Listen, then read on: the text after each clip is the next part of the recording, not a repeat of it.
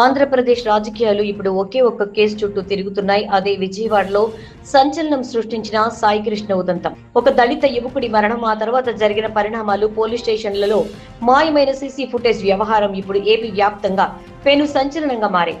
దీనిపై స్వయంగా ముఖ్యమంత్రి చంద్రబాబు నాయుడు గారు చేసిన వ్యాఖ్యలు ఇప్పుడు సరికొత్త చర్చకు దారితీశాయి. అసలు చంద్రబాబు నాయుడు గారు ఈ కేసును ఎంత సింపుల్ గా తేల్చేసే ప్రయత్నం చేశారు? ఒక లా అండ్ ఆర్డర్ సమస్యను కేవలం పోలీసుల రోషం, పౌరుషం అంటూ ఎలా సమర్థించారు? ఈ వ్యవహారంలో తెరవెనుక ఉన్న ఆ పెద్దలెవరు? సిఐ నాగరాజ్ ఎందుకు జైల్లో ఉండి కూడా భయపడుతున్నారు? అలాగే ప్రతిపక్ష నేత జగన్మోహన్ రెడ్డి అరెస్టుపై చంద్రబాబు చేసిన ఒక్క నిమిషం పని అనే వ్యాఖ్యల వెనుక ఉన్న అసలు రహస్యం ఏంటి? ఈ రోజుటి మన స్పెషల్ అనాలిసిస్ లో వీటన్నింటి గురించి క్లియర్ గా తెలుసుకుందాం. వీడియోని ఎక్కడ స్కిప్ చేయకుండా చివరి వరకు చూడండి. మొన్న విజయవాడలో జరిగిన ఒక మీటింగ్ లో ముఖ్యమంత్రి చంద్రబాబు నాయుడు గారు సాయికృష్ణ వ్యవహారంపై చాలా కీలకమైన, విచిత్రమైన వ్యాఖ్యలు చేశారు. ఆ వ్యాఖ్యలు వింటే ఇది చాలా సింపుల్ వ్యవహారం అన్నట్లుగా, ఏదో స్థానికంగా ఉండే పోలీసులకు ఆవేశం రావడం వల్లే జరిగిందన్నట్లుగా ఆయన తేల్చేశారు. ఛాలెంజ్ చేసి పోలీసులకు కూడా రోషం వస్తుంది. వాళ్ళు మనుషులే, వాళ్ళు కూడా రాత్రింబగుళ్ళు పనిచేస్తున్నారు. అలాంటి జరిగితే నేను ముందు ఒక సిట్టేసి యాక్షన్ తీసుకుంటాం కూడా. చంద్రబాబు గారు ఏమన్నారంటే, విజయవాడలో ఒక వ్యక్తి మిస్ అయ్యాడు, అతన్ని అరెస్ట్ చేశారు. పోలీసులకు కూడా అనేక టెన్షన్లు ఉంటాయి. రౌడీలు పోలీసులను ఛాలెంజ్ చేస్తే పోలీసులకు కూడా రోషం వస్తుంది. వాళ్ళు మనుషులే, అలాంటప్పుడు ఇలాంటివి జరుగుతూ ఉంటాయని మాట్లాడారు. ఇక్కడ మనం నిలదీయాల్సింది ఏంటంటే, రిమాండ్ రిపోర్ట్ లో సాయికృష్ణను కొట్టి చంపేశారని క్లియర్ గా చెప్తున్నప్పటికీ ముఖ్యమంత్రి గారు మాత్రం ఇప్పటికీ కేవలం మిస్ అయ్యాడు అనే పదాన్ని వాడుతున్నారు. చట్టాన్ని రక్షించాల్సిన పోలీసులకు కోపం వస్తే, పౌరుషం వస్తే లాకప్ లో పెట్టి ఒక పౌరుణ్ణి కొట్టి చంపేస్తారా? ఒకవేళ ఎవరైనా ఎదురు మాట్లాడితే పోలీసులకు టెన్షన్లు ఉన్నాయి కదా అని ప్రాణాలు తీసే హక్కు వారికి ఎవరిచ్చారు? ఇలాంటి చర్యలను ఒక రాష్ట్ర ముఖ్యమంత్రి స్వయంగా వాళ్ళు మనుషులే, రోషం వస్తుంది అని సమర్థించటం ఎంతవరకు సమంజసం? ఇది పోలీస్ డిపార్ట్మెంట్ కు ఎలాంటి సంకేతాలు ఇస్తోంది? సరే, చంద్రబాబు గారు చెప్తున్నట్లు ఇది అంత సింపుల్ వ్యవహారమే అనుకుందాం, అప్పటికప్పుడు ఆవేశంలో జరిగిన గొడవే అనుకుందాం. మరి అలాంటప్పుడు అంత ఆర్గనైజర్ గా స్టేషన్ లోని సీసీ ఫుటేజ్ మొత్తాన్ని ఎలా మాయించేశారు? స్వయంగా రాష్ట్ర అత్యున్నత న్యాయస్థానం హైకోర్టుకే తప్పుడు రిపోర్టులు ఎలా సమర్పించారు? స్థానిక పోలీసులు సిఐ తప్పుడు నివేదికలు ఇచ్చారంటే పొరపాటు అనుకోవచ్చు, కానీ ఈ వ్యవహారం Vijayawada city police commissioner CP వరకు వెళ్లిన తర్వాత కూడా, హైకోర్టులో హెబియస్ కార్పస్ పిటిషన్ వేసిన తర్వాత కూడా, ఆ కన్నతల్లి పోలీస్ ఆఫీస్ చుట్టూ తిరిగి మొర పెట్టుకున్నా కూడా కమిషనర్ ఎందుకు స్పందించలేదు? అంతేకాదు, మొదటి రిమాండ్ రిపోర్ట్ లో కేవలం ఒక నెల రోజుల సీసీ ఫుటేజ్ మాత్రమే లేదని చెప్పారు. కానీ ఇద్దరు కానిస్టేబుళ్లను అరెస్ట్ చేసిన తర్వాత ఏకంగా 18 నెలల కాలం నాటి సీసీ ఫుటేజ్ ఆ స్టేషన్ లో లేదని చెప్తున్నారు. ఆలోచించండి, ఒక పోలీస్ స్టేషన్ లో 1.5 పాటు సీసీ కెమెరాలు పని చేయకపోవడం ఏంటి? కమాండ్ కంట్రోల్ రూమ్ లో, క్లౌడ్ స్టోరేజ్ లో ఉండే డేటా మొత్తం ఎలా మాయమవుతుంది? గతంలో ఇదే సిఐ నాగరాజు వేధింపుల వల్లే తాను చనిపోతున్నానంటూ ఒక దళిత యువకుడు క్రాంతి వీడియో రిలీజ్ చేశాడు. బహుశా అలాంటి నిజాలని ఎక్కడ బయటకొస్తాయననే భయంతోనే ఏకంగా 18 నెలల ఫుటేజ్ ని కావాలనే డిలీట్ చేశారా? ఇప్పుడు జైల్లో ఉన్న సిఐ నాగరాజు నాకు ప్రాణహాని ఉంది, నన్ను చంపేస్తారు అని ఎందుకు ఆందోళన చెందుతున్నారు? అంటే ఈ కేసులో తెర వెనుక ఎవరో పెద్ద తలకాయలు ఉన్నారు. వాళ్ల పేర్లు బయటకు రాకుండా ఉండేందుకే నాగరాజును సైతం లేపేస్తారనే భయం ఇక్కడ క్లియర్ గా కనిపిస్తోంది. ఈ కేసులో చంద్రబాబు గారు మాట్లాడిన మరో అంశం కుల ప్రస్తావన.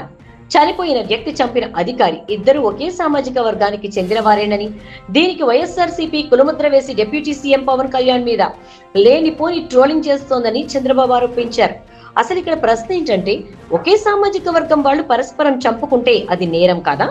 అది పెద్ద ఇష్యూ కాదా? సమాజంలో అన్యాయం జరిగినప్పుడు బాధితుల తరపున మాట్లాడాలే కానీ పదే పదే కులాన్ని ప్రస్తావిస్తూ ఆయన కాపే, ఈయన కాపే అనే కుల ప్రచారం చేస్తోంది స్వయంగా ముఖ్యమంత్రి గారే కదా. ఇందులో పవన్ కళ్యాణ్ గారి పేరును చంద్రబాబు పదే పదే ఎందుకు లాగుతున్నారు? వైఎస్ఆర్సీపీ వాళ్ళు నన్ను వదిలేసి పవన్ కళ్యాణ్ నే టార్గెట్ చేస్తున్నారు కాబట్టి జనసేన నాయకులు, కార్యకర్తలంతా రెచ్చిపోయి వైఎస్ఆర్సీపీ మీదకు వెళ్ళండి అని చంద్రబాబు గారే స్వయంగా ఉసి కొలుపుతున్నట్లుగా ఉంది.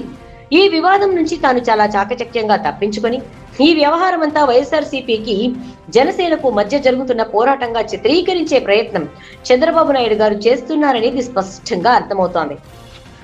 ఇక ఈ మీటింగ్ లో చంద్రబాబు గారు మాజీ ముఖ్యమంత్రి జగన్మోహన్ రెడ్డి అరెస్ట్ పైన కూడా కొన్ని సంచలన వ్యాఖ్యలు చేశారు.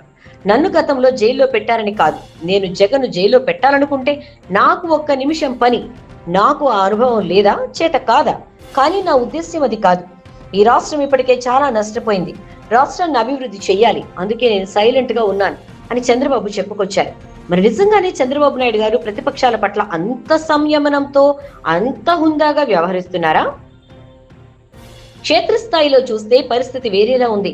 రాష్ట్రంలో ఎక్కడో ఒక చోట ప్రతిరోజు వైఎస్ఆర్సీపీ నాయకులను అరెస్ట్ చేయటం, లోపల వేయడం జరుగుతూనే ఉంది. ఒక కేసులో బెయిల్ రాగానే వరుసగా మరో 4 కొత్త కేసులు పెట్టి జైళ్ల చుట్టూ తిప్పుతున్నారు. ప్రశ్నించిన సోషల్ మీడియా కార్యకర్తలను ఎక్కడికక్కడ అరెస్ట్ చేస్తున్నారు. చివరకు అమరావతి పర్యటనకు వెళ్లిన మాజీ మంత్రులపై రాళ్లు వేస్తే దాడి చేసిన వారిని వదిలేసి తిరిగి వైఎస్ఆర్సీపీ నేతలపైనే కేసులు పెట్టారు. ఒకవైపు ఇలాంటి కక్ష సాధింపు రాజకీయాలు నడుపుతూ, మరోవైపు నేను రాష్ట్రాభివృద్ధి కోసం జగన్ అరెస్టు చేయటం లేదు, తలుచుకుంటే నిమిషంలో చేయగలను అని అనడంలో అర్థముందా?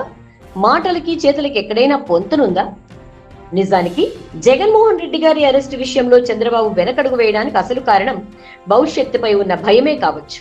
గతంలో కాంగ్రెస్ తో కలిసి జగన్ ను 16 నెలలు జైల్లో పెట్టించారు. ఆ తర్వాత జగన్ సీఎం అయ్యాక చంద్రబాబును 53 రోజులు జైలుకు పంపించారు. ఇప్పుడు మళ్లీ అధికారం ఉంది కదా అని జగన్ ను జైలుకు పంపితే రేపు మళ్లీ ఆయన అధికారంలోకి వస్తే ఇది రిపీట్ అవుతుందనే ఆలోచనతోనే చంద్రబాబు ఈ నిర్ణయం తీసుకుని ఉండవచ్చు. అంతే తప్ప ప్రతిపక్షాల పట్ల గౌరవంతో కాదు. ఎందుకంటే చంద్రబాబు ఏ బహిరంగ సభలో మాట్లాడినా ప్రతిపక్షాన్ని గౌరవంగా పిలవరు. ఎప్పుడూ గొడ్డలి పార్టీ, సైకోలు, రౌడీలు, గుండాలు అనే పదాలనే వాడుతూ ఉంటారు. ముఖ్యమంత్రిగా ఉండి అధికారంలోకి వచ్చి 2 ఏళ్లు అవుతున్నా తాను ఏం చేశాను, ఏం చేయబోతున్నాను అని చెప్పకుండా ఇప్పటి నుంచే వైఎస్ఆర్సీపీని గెలిపించొద్దు అంటూ నెగిటివ్ క్యాంపెయిన్ మొదలు పెట్టాడు. ఒక డే 1 నుంచే ఇంత నెగిటివిటీని ప్రచారం చేస్తున్నారంటే తన పరిపాలన మీద, తన కూటమి ప్రభుత్వం మీద చంద్రబాబు గారికి నమ్మకం లేకపోవడమే దీనికి ప్రధాన కారణమని అర్థమవుతోంది. మరి ఈ సాయి కృష్ణ కేసుపై, అలాగే చంద్రబాబు నాయుడు గారు చేసిన వ్యాఖ్యలపై మీ అభిప్రాయం ఏంటో కింద కామెంట్ సెక్షన్ లో తప్పకుండా తెలియచేయండి. ఈ వీడియో మీకు నచ్చినట్లయితే లైక్ చేయండి, మీ ఫ్రెండ్స్ తో షేర్ చేయండి. ఇలాంటి మరిన్ని లేటెస్ట్ పొలిటికల్ అనాలిసిస్ కోసం మన ఛానల్ ని ఇప్పుడే సబ్స్క్రైబ్ చేయండి.